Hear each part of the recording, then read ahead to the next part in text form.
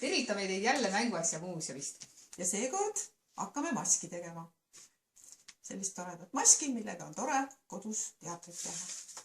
Kõigepealt on vaja joonistada üks suur ring näo jaoks, siis silmad, nina, suu ja kulmud.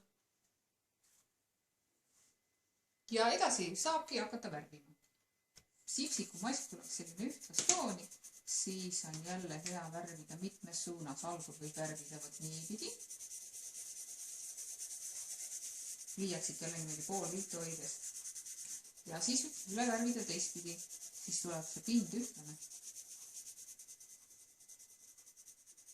Liiaksid ei pea tegelikult üldsegi suruma väga kõvasti. Tõesti, ma tunnen ise, nad käsi väsib ära. Tõsiselt.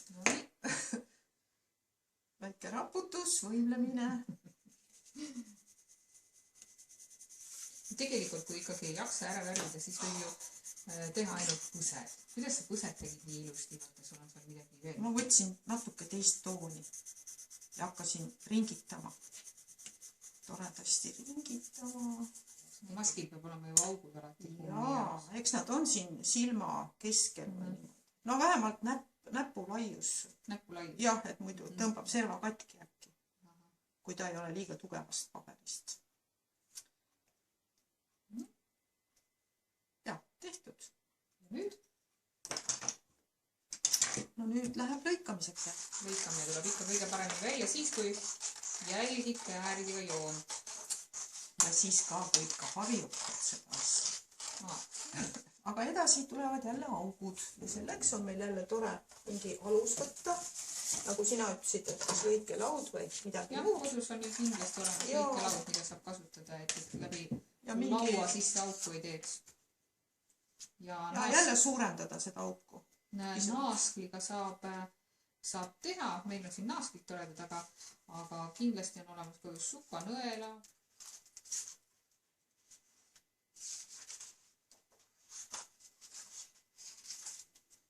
Nüüd peaks juuksed panema.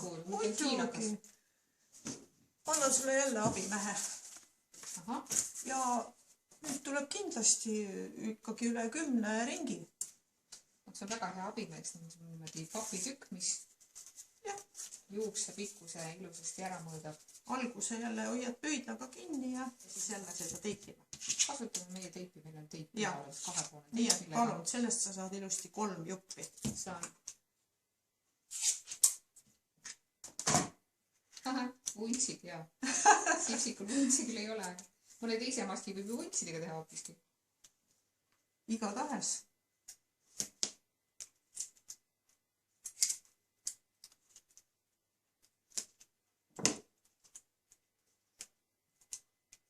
Sätid keskkoha ära ja nüüd küljed.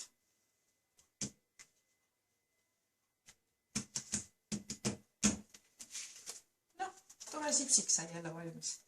Väga vahva. On ja?